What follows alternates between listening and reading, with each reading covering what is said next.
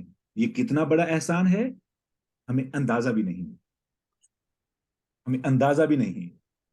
کبھی اس چیز کو دیکھنا ہو نا، آپ ان لوگوں کے پاس جائیں جو اسپیشل ان نیڈ ہیں، جن کو کھڑے ہونے میں مسئلہ پیش آتا ہے. آپ ان کو بھی نہ جائیں.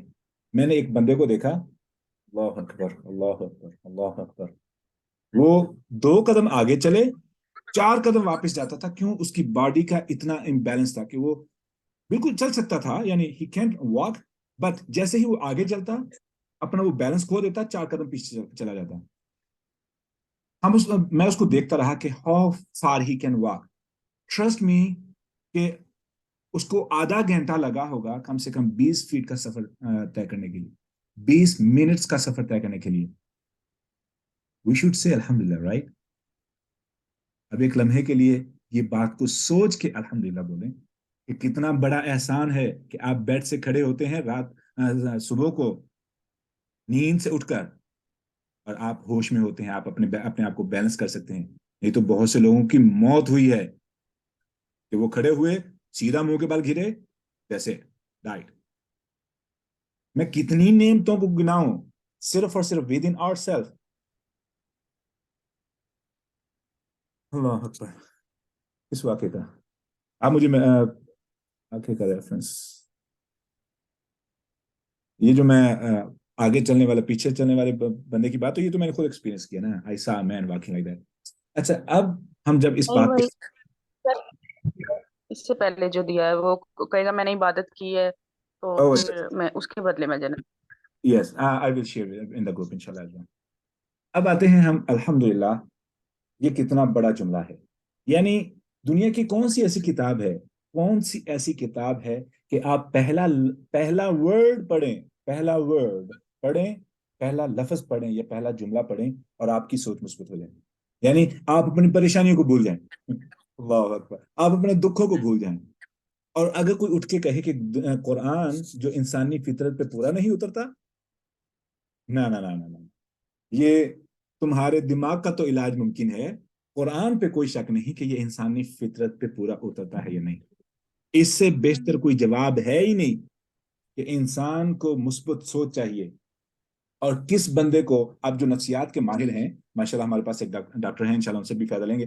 تو جو نفسیات کے ماہر ہیں وہ کیا کرتے ہیں جب ان کے پاس کوئی کاؤنسلنگ کے لیے آتا ہے, کیا کرتے ہیں وہ, کتنا ٹائم سپینڈ کرنے کے بعد سوچ کو مثبت کرنے کی کوشش کرتے ہیں نا. ٹھیک ہے, تو امیجن رسول اللہ صلی اللہ علیہ وآلہ وسلم جو نبی امی تھے, ان کے پاس کوئی ایسا سورس آف لرننگ نہیں تھا.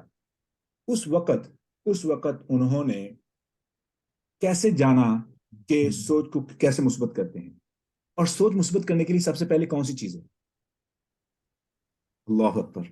تو یہ قرآن کے معجزوں میں سے سب سے پہلا معجزہ, وہ پہلا لفظ ہے. اور مزے کی بات یہ ہے کہ یہ الف سے شروع ہوتی ہے. الحمد الف سے شروع ہوتا ہے, اور الفابیٹ کا آغاز بھی الف سے ہے. یہ, اور جس نے اس کائنات کو پیدا کیا ہے اس کا نام بھی الف اور لام سے شروع ہوتا ہے. اللہ نے پیدا کیا. اللہ اکبر. الف حروف تہجی کی ابتدا. الف اللہ سے, اللہ کے نام کا پہلا ورڈ جس نے اس کائنات کو پیدا کیا. اب الف اور لام اللہ کے نام کا آدھا ہی حصہ ابتدا ہے. الف لام اللہ رب العزت کے نام کا آدھا حصہ اس آیت کے اندر موجود ہے. سبحان اللہ. تو اس سے بڑھ کر اور کون اتنی مثبت سوچ کسی کو دے سکتا ہے کہ انسان کو شکر گزار بنا دیا جائے. جب انسان ایک شکر گزار بن جاتا ہے تو انسان کو دنیا میں خوشی میسر آنا شروع ہو جاتی ہے. تو یہ ہے خوبصورتی پہلے ورڈ الحمد کی. اب ہم آتے ہیں دوسرے ورڈ کی طرف, تو میں اس کو ہاتھ نہیں لگاؤں گا. اگلے جمعے کو انشاءاللہ ہم اگلے ورڈ پہ کام کریں گے, اور مزید جو ہیڈن ارقاب ہیں اس ورڈ کے اندر الحمد کے اندر, ان کو مزید کور کریں گے اگلے جمعے انشاءاللہ. تو سیشن اسی وقت ہوگا. اب کوئی سوال؟ References will be shared in the group inshallah. Other than that,